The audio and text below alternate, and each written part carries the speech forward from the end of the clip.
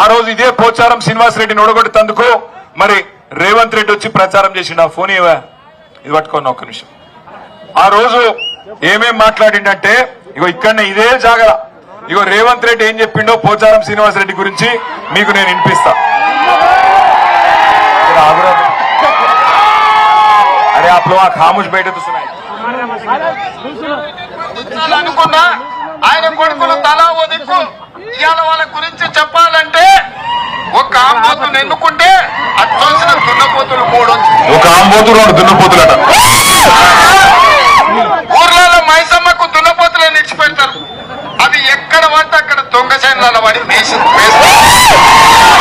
పాన్వాడలో మైసమ్మకి ఇచ్చిన దున్నపోతులాక ఊరు మీద వాడి మేస్తున్నారు. కొంచెమైనా సిగ్గు చేయడం ఉందా అని నేను అడుగుతున్నా. ఇవాళ పోచారం శ్రీనివాసరెడ్డి గారు, నేను శాసనసభకు స్పీకర్, 119 మంది ఎమ్మెల్యేలను నియంత్రించాల్సిన బాధ్యత మీ మీద ఉంది.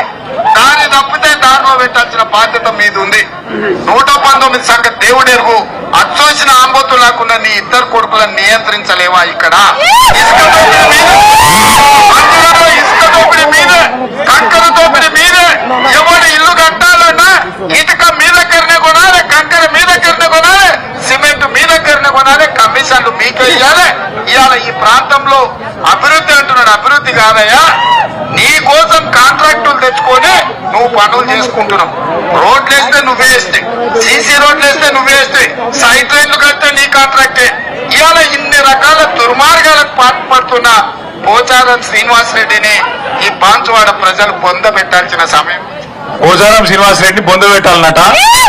నేను అంటలేను, ఇది నేను చెప్తలేను, కేటీ రామారావు చెప్తలేడు. మీకు ఎవరు చెప్పిరా అంటే, ఇలా ఎవరి సంకలన అయితే పోచారం పోయి కూర్చున్నాడో గదే రేవంత్ రెడ్డి చెప్తాడు.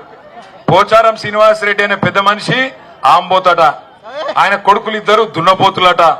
మైసమ్మ కాడ దున్నపోతులను కట్టేసినట్టు మరి 2 దున్నపోతులను ఊరి మీదకి వదిలినావు.